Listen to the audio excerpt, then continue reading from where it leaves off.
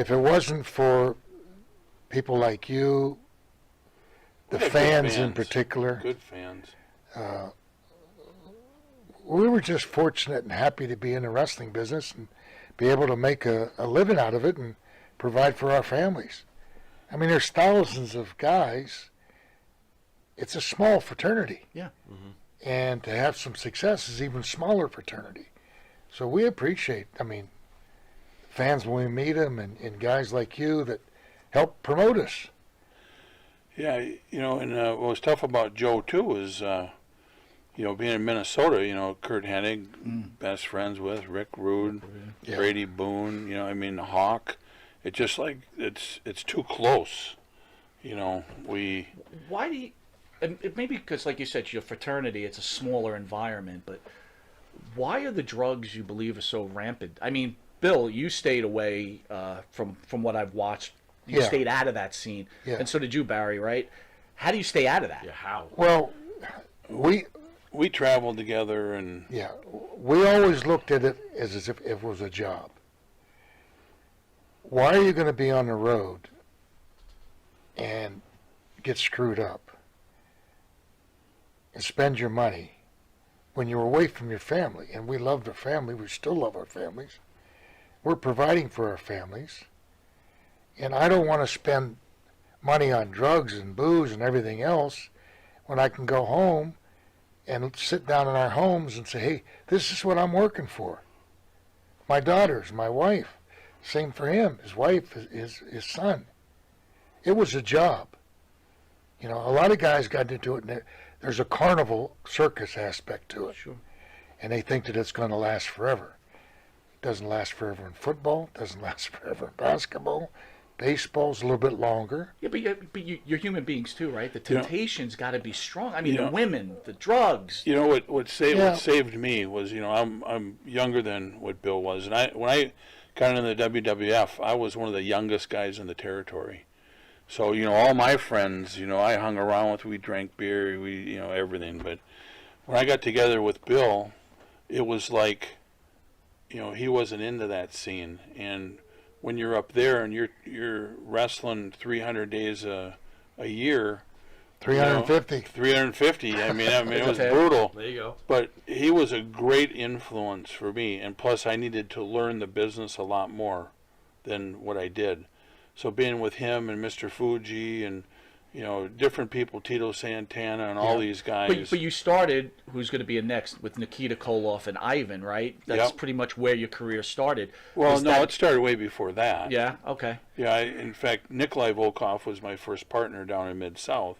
But I was in singles way before that, and then I was in Florida Championship Wrestling with Jim Neidhart. Yeah. So I could have very easily went down the wrong path. Okay. But, then when I married my wife, we had my son, there was no way I wanted to do drugs anymore. I wanted to, live. Did you catch any peer pressure as you were realizing that Bill's way was the right way? This is the way I'm going. Are you getting any peer pressure? Like, come on, party. Not one person ever said, hey, come on, do it. Okay. We didn't do it. Didn't do it. And I don't know whether it was respect or not even Andre. Have a Well, drink. How do you tell Andre? No, I'm not having. To be honest, Bill. Well, we would drink. Okay. But actually, we wouldn't get out of hand drinking either. No. Okay. It was a job. Right. We slept good. We stayed in good hotels all the time. Our product was us. Right. So you got to take care of your product. You don't have a good product, you can't sell it. You can't sell it, you can't make money. We slept good, always stayed in the Marriotts or top shelf hotels. We ate good, had good meals. We traveled good in the vehicles. We always had the Lincolns or Cadillacs. You got to be comfortable. And we worked out. Our product is us. Yeah. I can't go out and drink all night, not sleep, don't train, smoke, all this stuff. Right. Pretty soon it's going to wear you down, which it did, these guys. Right. With Road Warrior passing recently, Adam, would we have had a Demolition if not for the Road Warriors? Were you guys created to combat the Road Warriors? I'd like to hear it for sure. I always hear these stories that Vince put Demolition together as to offset the Road Warriors. We really don't know about that, but I think he probably in his mind. Okay. But we often say we didn't try to copy them. Not at all. I mean, There was Barbarian and Warden. There was painted Right. people before. You were nothing like them in my Painted. mind. You had all the Right. paint for years and years when I Right. first started years ago. So there's similarities.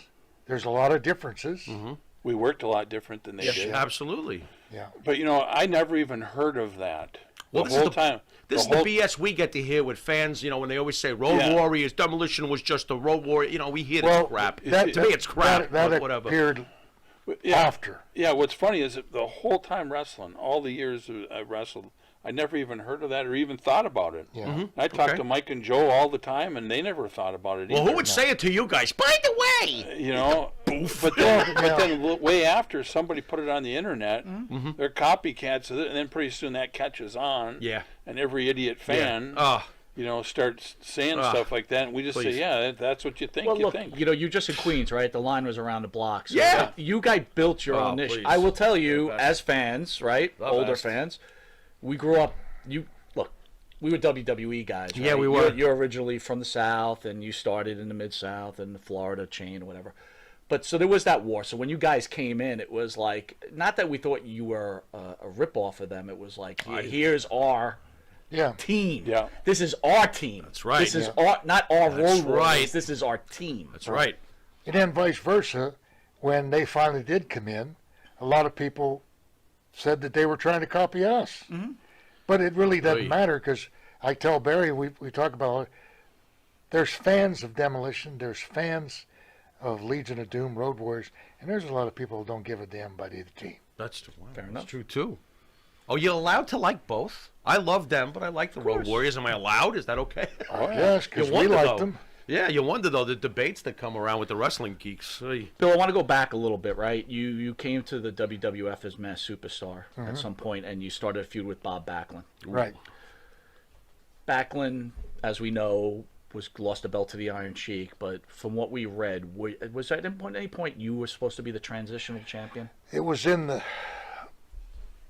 conversation, but my understanding was that for some reason Backlund didn't want to lose to a guy that had no amateur background for one reason or the other. So that's how it transpired. So How did that make you feel when you heard that? I don't give a damn. I was making money anyway. As long as they're making money, right? Yeah. I don't know if I agree with that, Bob. Jeez, anyway.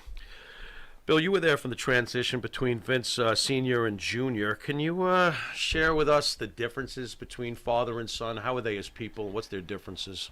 Well, they were both businessmen. Junior's a little more forceful. Forceful.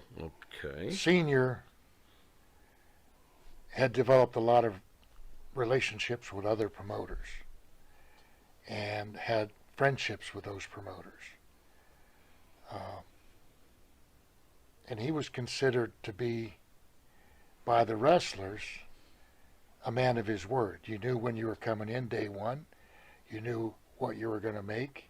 You knew when you were leaving, day whatever it is, X. And generally you were going to come back in on day whatever. And it was nice back then because all the different territories. Yeah, and you would go out. And there was no animosity between Senior and the Crockett's, Senior and Bill Watts, Senior and Eddie Graham, Senior and whoever. And that changed when Junior took over. He became a little more aggressive in his relationships, but he was successful. You know, he did it one way, his dad did it the other way. His dad was successful at that time. So I don't take anything personal. It's business. You got a shelf life, whether it's whatever product it is. That product's going to have to change. Sometimes he tinkers with things a little too quickly. Could have held and extended the shelf life a little bit, not only for us, but a lot of the But talent. you said you can hold Senior to his word. Could you say the same thing about Junior? Well, we probably had some differences of opinions, right? Yeah, but Did he make you promises and then break them, or? I don't think so. It maybe stretched them a little bit. Not, it wouldn't break them. Define stretched. Well, there were situations that I was approached with towards the latter part of my career that the level was here, and then as it got closer, it got closer, it got closer, it got closer. It wasn't acceptable, so I just decided not to take the decision. When I was the repo man, it was going to be where I was going to become a baby face because I wanted to end my career at that time, and I wanted to just do autograph deals, go to hospitals, and do all that stuff. So as I was, that's when I was doing that, he said, we're going to end up ending you up as a baby face. Well, it was time for me to turn baby face, and I went to him, I said, Vince, when are you going to turn baby face? He says, you're never going to be a baby face, it's not going to happen. That's when I put my notice in. So that was one of those situations where, but, it changes. Maybe he's looking at something different than that I was, or, business is business. Yeah. So I think when guys realize that it's not personal, yeah, it's a business. you're a product.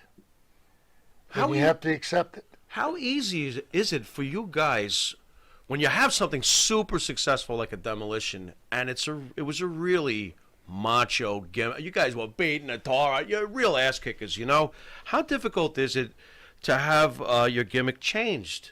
To have another gimmick? Where does the ego come in? Do you stop and go, I don't want to be that. I was just busy being Axe and Smash. I don't want to do this. Right? Yeah. How easy is it for you guys to adjust when your gimmick has changed, your character has changed? In my situation, I was ready to go home anyway. Right. Okay. We had a couple opportunities to go elsewhere, Mm-hmm. and we had approached them, suggested to giving us our notice, and given them our notice, and then it picked up again. Mm-hmm. And Was it easy to go from the Mass Superstar to Demolition? I think that would be. yeah, Okay. they had no reference point. Nobody Right. knew my face. Right. and But this how and that. about for you though? I- Changing to other characters after. I wrestled, and then I was Barry Darsow when I took the paint off. Right. So to me, it's a business, and you're making money, and if you got a chance to make money, you're darn right you're going to change your